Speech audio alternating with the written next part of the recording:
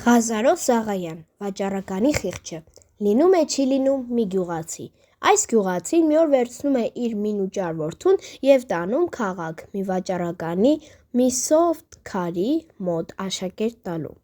երկար ման գալուց հետո մտնում է մի հարուստ վաճառականի խանութ և ասում, թե պարոն վաճառական, իմ որդուս աշակերտ չեք վերցնի, կվերցնեմ, պատասխանում է վաճառականը, քանի տարով կվերցնեք, 10 տարով, 10 տարին մի մարդու կյանք է, ես արդեն ուժասպառ եմ եղել, ուզում եմ մի քանի տարուց հետո իմ որդու պտուղը ուտեմ, եթե կարելի է 3 տարով վերցրեք, ոչ, որ այդպես է 8 տարով կվերցնեմ, վերջը 5 տարով համաձայնում են, իսկ ռոճիկի մասին երկար խոսելուց հետո գյուղացին թողնում է վաճառականի խղճին, թե որքան որ կցանկանա վճարել 5 տարուց հետո, անցնում է 2-3 տարի, գյուղացու որդին շատ հմուտ գործակատար է դուրս գալիս,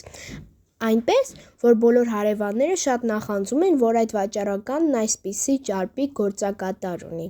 շատ են ցանկանում, որ այդ գյուղացու որդուն տանեն իրանց մոտ, չի հաջողվում, որդին ասում է, թե իմ հոր խոսքը պետք է սրբությամբ կատարեմ, չնայած, որ գրավոր պայմանն էլ չունին, որդին ազնիվ խոսքը գրավոր պայմանից ավելի է գերադասում, 5 տարին, որ լրանում է, գյուղացին մայրիկից նամակ է ստանում, թե հայրդ մերձիմա հիվանդ է, քո հաշիվները տիրոջ հետ վերջացրու և եկ, փողի համար, որքան որ կտա, չհակաճառես, որովհետև հայրդ քո վարձի համար թողել է տիրոջդ խղճին, որքան կտա կվերցնես շատ թե քիչ, որդին շատ է տխրում այդ նամակի վրա և երկար մտածելուց հետո գնում է տիրոջ մոտ և ասում, մայրիկիցս նամակ եմ ստացել, թե հայրդ մերձիմա հիվանդ է, հաշիվներդ վերցրու և եկ, վաճառականն առանց երկար մտածելու ասում է գնա, ազատ ես, գործակատարը վրդովվում է, թե պարոն, բա ես 5 տարի ծառայել եմ քեզ, թե ինչպես եմ ծառայել քեզ այդ աստված գիտե, վերև աստված ներքև դուք հայրս մերձիմա հիվանդ է, մեռնում է, իմ հաշիվս տվեք գնամ, ինչ հաշիվ, ինչ աստված, քեզ ուտացրել, խմացրել և փեշակ եմ սովորեցրել, էլ ինչ ես ուզում, քեզ ոչ մի կոպեկ չեմ տալ, որտեղ ուզում ես գնա, այդ ժամանակներում այդ քաղաքում մի այսպիսի սովորություն է լինում, եթե մեկը մեռնելիս է լինում, բարեկամներին ոչ թե մեռելի տերն է հայտնելիս լինում, թե այսինչ մարդը մեռել է, պետք է թաղեն, այլ ծխատեր քահանային հայտնելիս են լինում, թե ասինչ մարդը մեռել է, պետք է հայտնի բարեկամներին, համքարներին և ամեն մի ծախս պետք է քահանան անի և վերջումը հաշիվ ներկայացնի,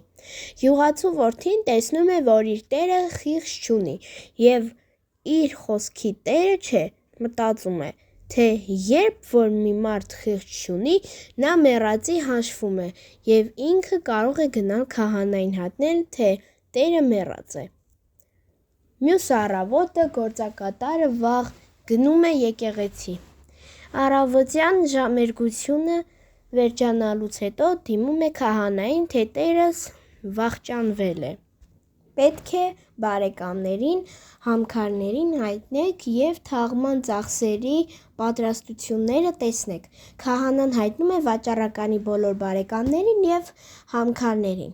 որ երեկոյան գան վաճառականի տունը հոգեհանգստին ներկա լինելու, երեկոյան քահանան տիրացուի հետ գնում է վաճառականի տունը և ինչ է տեսնում վաճառականը պատշգամբում նստած թեյ է խմում, օրինյալ տեր, էս որ խաչից էր, որ դուք մեզ մոտ եք եկել, չէ, որ դուք տարեկան 2 անգամ եք գալիս, աստված օրհնեցցե որդի, անցնում էի ձեր տան մոտով, ուզեցի ձեզ այցելել և ձեր առողջությունը հարցնել, վերջապես խոսում են դեսից տենից և տեսնում են բակի մեջը 6 հոգի եկան և տեսնելով վաճառականին քահանայի հետ խոսելիս ետ են դառնում դեպի փողոց, 5 րոպեից հետո գալիս են 12 հոգի և տեսնելով վաճառականին և քահանային դարձյալ փողոց են գնում, 10 րոպեից հետո Գալիս են 18 հոգի և կրկին ետ են դառնում, 15 րոպեից հետո գալիս են 24 հոգի և դարձյալ ետ են դառնում, այս վաճառականը քիչ է մնում թե խելագարվի, սա ինչ բան է, կանչում է ծառային, թե գնա այն մարդկանցից մի քանիսին կանչիր, գալիս են 5-6 հոգի, ինչի համար եք եկել և գնում, մեզ ասացին, որ դուք մեռել եք, եկել ենք հոգոցի վրա, քահանան տեղը կանգնում է և ասում, ես էլ հենց դրա համար եմ եկել, մյուս օրը վաճառականը գնում է թագավորի մոտ ու հայտնում գործի եղելությունը և ասում, որ իր գործակատարն ուզում է իրան սաղ-սաղ թաղել, խնդրում է մի դատաստան, կանչում են գործակատարին, գալիս է գործակատարը պատմում է գործի ամբողջ պատմությունը, թե ինչպես իր հայրը իրան աշակերտ է տվել վաճառականի մոտ և վարձատրության մասին թողել է վաճառականի խղճին, թագավորին պատմում է տղան, թե քանի որ էս տերը խիղճ չունի, ինձ համար մեռածի հաշվում է, և ես դիմեցի այդ միջոցին, կանչում է թագավորը դահիճներին, թե այս տղային տարեք կախեցեք, դահիճները տանում են կախելու, թագավորը հարցնում է վաճառականին, թե էլ ուրիշ ասելու ոչինչ չունես, ոչինչ չունեմ, թող տանեն կախելու, դա ուզում էր ինձ կենդանի թաղել, ասում է վաճառականը, երկրորդ անգամ հարցնում է թագավորը վաճառականին, թե էլ ուրիշ ասելու կամ գանգատ չունես, ոչ, ոչինչ չունեմ ասելու, թող տանեն կախելու, երրորդ անգամ հարցնում է թագավորը և միայնույն պատասխանն է ստանում, թե թող կախեն, թագավորը մարդ է ուղարկում դահիճների մոտ, թե ետ բերեք տղային, մի կկախի,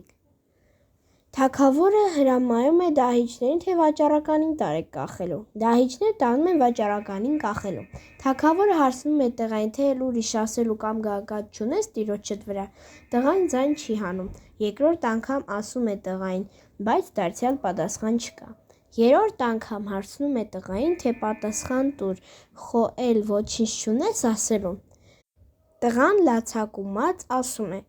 Տեր արքա, ես խղճում եմ նրա զավակներին, ես մտնում եմ նրանց դրության մեջ, նրա որդիքը պետք է լացեն, որ իրանց հորը կենդանի թաղում են, ես ոչ մի պահանջ չունեմ նրանից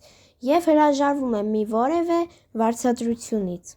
թագավորը կանչում է դահիճներին, թե թողեք վաճառականին, էլ մի կախեք, թագավորը կանչել է տալիս քաղաքի հայտնի վաճառականներին և հայտնում, թե այս վաճառականը որքան որ կարողություն ունի, կիսացեք և կեսը տվեք իր գործակատարին, այսպիսով վաճառականի կարողության կեսը տալիս են իր գործակատարին և վերջ տալիս վաճառականի գանգատին։